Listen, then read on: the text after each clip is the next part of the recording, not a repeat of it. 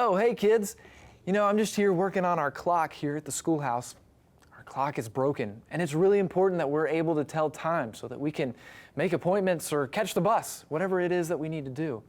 And, you know, that's what our lesson today is about, telling time.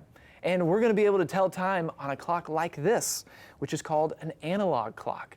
We have digital clocks that will read those numbers, but something like this, there's a little bit more work to it, and let's see if we can figure it out, and I bet we can.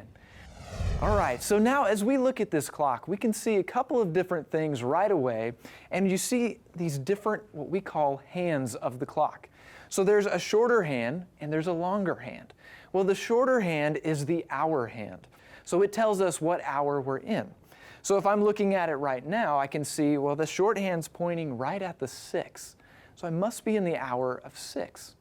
But we've got to read both hands of the clock. So whenever I look to my longer hand, the longer hand is the minute hand.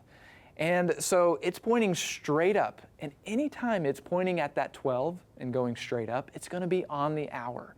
So this would be at 6 o'clock. So I would write that as 6, use my colon, and then I'm going to have 0, 0. And that colon's just those 2 dots. But something really important about the minute hand is that as we go around the clock, it actually goes by 5s with these numbers. So if I were to move it over to the 1, and I count that over, my short hand, my hour hand, still pointing at the 6, and my minute hand is pointing right over here at 1, but it goes by 5. So let's count around the clock really quickly, and I'll show you what I mean. So this would be at 5 minutes. This would be 10, 15, 20, 25, 30, 35, 40, 45, 50, 55, and then we've made it all the way back, which there are 60 minutes in an hour, but we've made it back and we'd be on the hour there. So let's finish out this example. I know that I'm in the hour of 6. My minute hand is pointing to that 1, which we said we're counting by 5s. That's 6:05. So I would have a 6, I would have my 2 dots, that colon, and then I would write 05. And that's how we can read this. So let's look at another example.